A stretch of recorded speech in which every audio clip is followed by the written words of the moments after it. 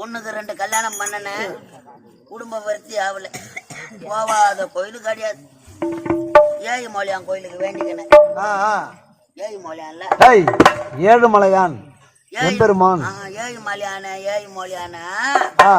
உன் 7 மலையை ஏறி வந்து உன் கோவில ஒரு 3 சுத்து சுத்தி உன் உண்டிய ஒரு சுத்து சுத்தி உன் உண்டியில இருக்கிற பணத்தெல்லாம் வாரிக்கணும் வந்துடுறேன்னு வேண்டிக்கிறேன். எல்லா உண்டியில பணம் செலுத்தணும் தான் வேண்டிக்குவாங்க. நீ வாரின்னு வரணும் வேண்டிக்கினியா? அது எப்படி இது? போறவெல்லாம் பணம் போடுறன்னு வேணாம், ஏன் வாரிக்குன்னு வரன்னு யாரும் வேண்டக்கூடாதா? இதே மாதிரிதான் நீ வாரி போய் எங்க வைக்க போற? ஆட்டுக்கறி பிரியாணி போடுறாங்கன்னு எடுத்தாந்து உள்ள வச்சாங்க. உள்ள போவங்க வாரி தூள் புள்ளியா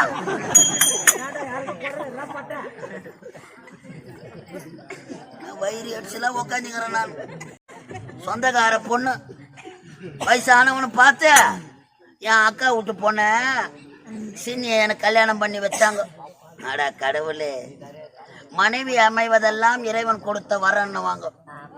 எனக்கு அம்ஜிக்கிற பாரு பொண்டாட்டிய தாலி கட்டுன்னு அதைத்தான் கண்ட நான். நாங்க படுற குடும்பக்குது பாரு.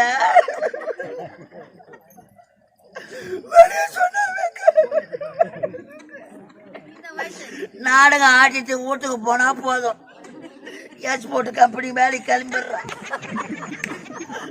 நான் பேக எடுத்து போய் வீட்டை வைப்பேன்.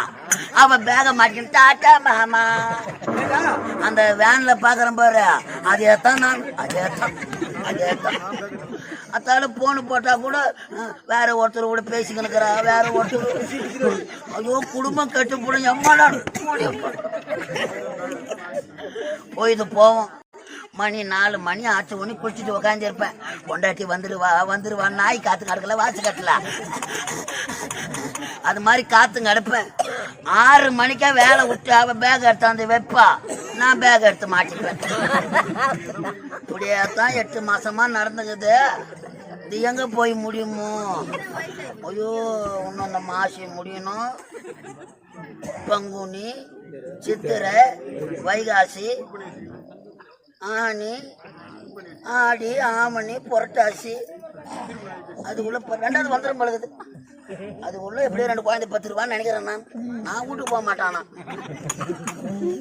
கட்டிக்கிறேன்பா. துணி எடுத்துக்கின்னு வந்துக்கிறேன். இன்னைக்கு வரட்டும். ஒன்னும் இந்த ஊர்ல அவ இருக்கணும், இல்ல நான் இருக்கணும்.